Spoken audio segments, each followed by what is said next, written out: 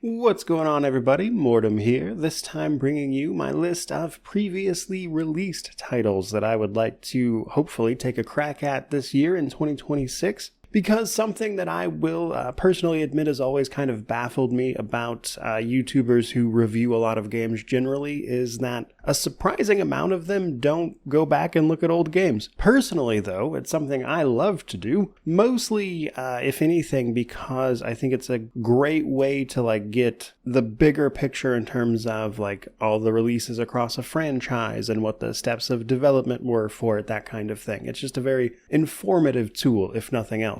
And so, if you are just completely unaware, because this is the first video of mine you're watching or something, which, I mean, to be honest with you, a weird place to start, but do you? In any event, in between new releases that come out through the year, I like to fill my time playing through older games and dropping reviews for them. Unlike the new releases, these tend to be a little bit more deterministic in the sense that I like to give myself a list of roughly 15 to 20 maybes that I can just kind of pull on and fill gaps as needed with. Now, I have been doing this for a while, and I have reviewed a lot of games at this point, so, you're more than welcome to drop suggestions in the comments if that's something you want to do, but I would nonetheless suggest maybe taking a look at the channel and searching it for a review you may well be after, because, there's actually a not insignificant chance I may well have reviewed something already. Otherwise, though, we will certainly see how it goes. Now, to go ahead and get this kicked off properly, let's go ahead and start with the two that I've already talked about. If you watched my previous planned reviews for the next couple of months back in, I think it was the beginning of December, you're probably already aware that I am currently working through Hades 2 to wrap that up, and then as soon as I'm done with Hades 2,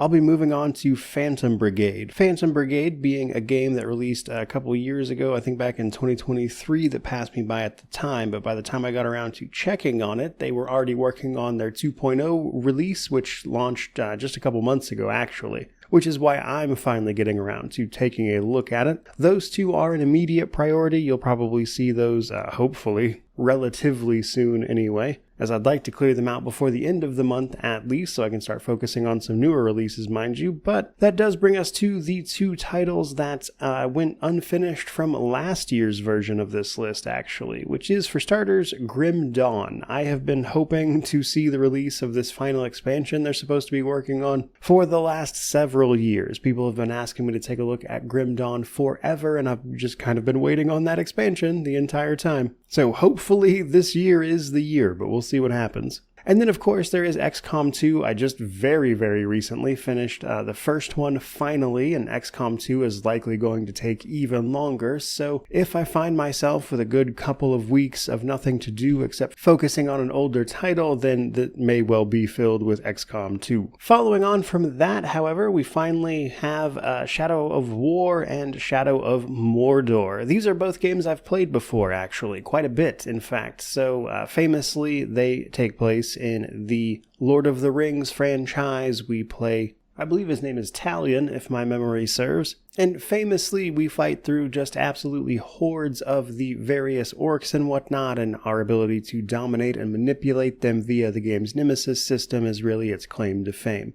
While it was planned to be used in another game, it never actually happened, and that, on top of some legal stuff, means that we're stuck with two games that have this incredible system that nobody is willing to use for obvious legal repercussions. Now, the interesting thing here, and the reason I'm finally getting around to playing them again, is that I actually did play both of these for quite some time, actually. I have most of the achievements for both of them. In fact, really, the only thing I'm going to have to go back and do outside of just generally gathering footage for these is actually going up and finishing the DLCs and stuff, which were not things that I ever owned because of the time at which I played them. And so both because of their position as a sort of novelty with that Nemesis system and the fact that I would like to just go back and finish these games for myself finally in totality is why I am going to squeeze them in this year, which will be fun for me personally, if nothing else. Following on from that one, however, we then have a Swordhaven. Swordhaven is a very recently released CRPG that I, truth be told, have been waiting for it to get cleaned up a little bit, and then there's already a content thing they've announced that's coming up, and that's why I'm kind of dragging my feet on this one. But also I backed it on Kickstarter, so kind of feel like they got their support out of me one way or another,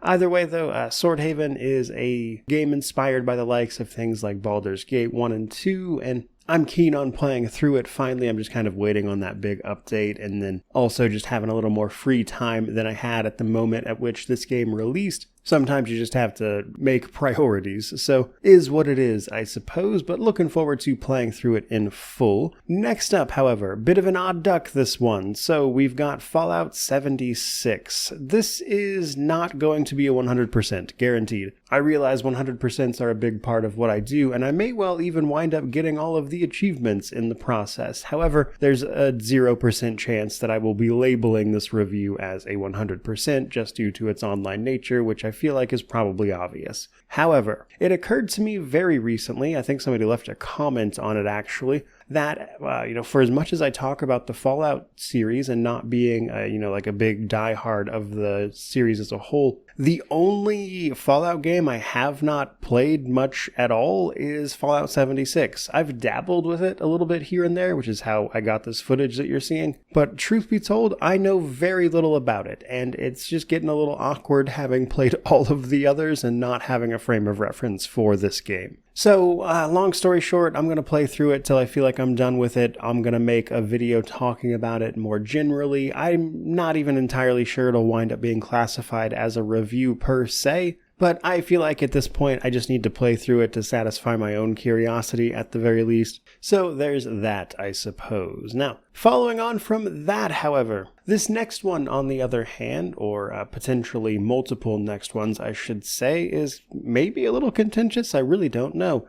So, I reviewed Assassin's Creed Shadows last year. Didn't wind up enjoying it very much, to be honest, and having not played this series at all since I had played 2 way back in the day, I was a little shocked about where it kind of was with Assassin's Creed Shadows. And while I, again, didn't really enjoy that one much personally, I would really like to find one that I actually do enjoy playing. And so I'm going to start with Assassin's Creed Mirage, because that's a relatively recent one that I heard people enjoyed a lot, but also it was kind of aided by the fact that Mirage, just towards the end of last year, in December, I think? December or November, maybe? Got some big surprise update or something that kind of fleshed it out, but I also hear this one's not super long compared to other ones like Odyssey or Valhalla. But either way, to coincide with the release of that update, Ubisoft actually reached back out and asked if I wanted to play it, and gave me a code for the game and everything, so, unsurprisingly, seemed like the easiest place for me to start. That said, there's also been those rumors floating around of a remake for Black Flag. Black Flag is one of the games people were recommending that I play and try out to get caught back up with the series a bit. That seems to be a bit of a fan favorite. So if that remake is real and happening, those are probably where I'm going to go ahead and start with kind of just playing through some of these generally and hopefully trying to find one that I can actually enjoy these days. So a little more Assassin's Creed in our future. Now, speaking of Ubisoft, these next 3 are games that I threw on here because they got a big update on Steam last year that added achievements and stuff. Those being Watch Dogs 1 and 2 and Far Cry 5. Games I have played previously but have not ever reviewed on the channel, mind you. Watch Dogs I really enjoyed the premise of, but the main character was always kind of a loser. And then in Watch Dogs 2, I think they kind of went too far in the opposite direction, where they went a little over the top. And then Far Cry 5, I've mentioned this before, I played Far Cry 5 primarily because it was set around an area where I used to live up in Montana, which I thought was always really cool. And since they added in those achievements, literally all I should have to do is download them and then start up those games, and that should unlock probably most of the achievements, I'm pretty sure. I'd have to double check. There might be some DLC I didn't play after the fact or whatever. But I've played a substantial amount of all 3 of those games, and I should be able to get 90% of the way there just by firing them up now that they've added those to Steam. And so I figured, hey, why not? Might as well add them to my catalog of reviews. Moving towards the end of the list, however, we then have Alan Wake 1 and 2, ideally. So, Control Resonant is due out later this year, I believe, actually, and I was a big fan of the original Control, but I have not played Alan Wake 1 and 2, and my understanding is there is a lot of continuity and stuff there that I would like to have before, ideally, Control Resonant releases. Alan Wake 1 should be a relatively straightforward experience. It is just over on Steam. However, I do think I'll have to go off Steam for Alan Wake 2. I'm pretty sure they still haven't taken that off of just the Epic Store, I believe. So one way or another, I do plan on playing through both of these just so, if nothing else, I personally can hopefully enjoy Control Resonant that much more. But I have heard that they are quite good, so it'll be fun. And then our last two are actually going to be re-reviews of a sort, both for the same reason. The original reviews themselves, like the actual quality of the video, is not very good because I was not doing this full time. It was still a hobby back when I made them, and that's going to start with Greedfall. Greedfall was quite literally my first 100% review. I really enjoyed it. I wound up picking that game up because I had enjoyed another game from the same team called The Technomancer. And then Greedfall wound up being a pretty big release for them, so much so that they are working on a sequel. The rumor is that sequel may well finally actually release out of early access this year, Greedfall 2. And if that is the case, I would like to have a look at the previous version already good to go. And it just kind of makes sense to double back and maybe revisit that video and hopefully make it a little more watchable for people, as again, the quality of it is quite bad. Which is a somewhat similar situation for Pillars of Eternity 2 Deadfire. So Deadfire was probably my first big review. And at the time at which I made it, the review after 100%, the Ultimate had been announced, but was pretty early, and I'm not sure how many people had won it, if any at all, at the time of the review. I'd have to double check, but it was very limited. If you're unaware of what I'm talking about, Deadfire has this big challenge associated with it called the Ultimate. It is insanely difficult. I've made an entire video series about it since, but the reason I want to double back and take a second look at it for a re-review is twofold. One, if you watch the channel much at all, you've almost certainly heard me talk about it already. I've actually completed the Ultimate. I was the 15th person to do so. There's already been a 16th, I believe. Following my own completion of it, I have heard some rumblings of a potential 17th, but my point is I'm one of very few people who have done that, and that combined with the fact that, again, the quality of that original video is not awesome. I'd like to double back to simply, hopefully just make a better video in terms of somebody actually watching and listening to it, but also it can truly be said beyond a shadow of a doubt that I have 100% that game. And honestly, I'd like to play it a little more as well because of who I am as a person and the fact that I love the Pillars franchise. But at some point this year, I would like to get around to that one as well, which is actually where we are going to go ahead and wrap up this video. So that's kind of everything I have in mind in terms of prior releases here. That doesn't necessarily mean that that will be an entirely comprehensive list. There may well be some stuff that pops up along the way or things I might want to jump back and pivot for, that kind of thing. But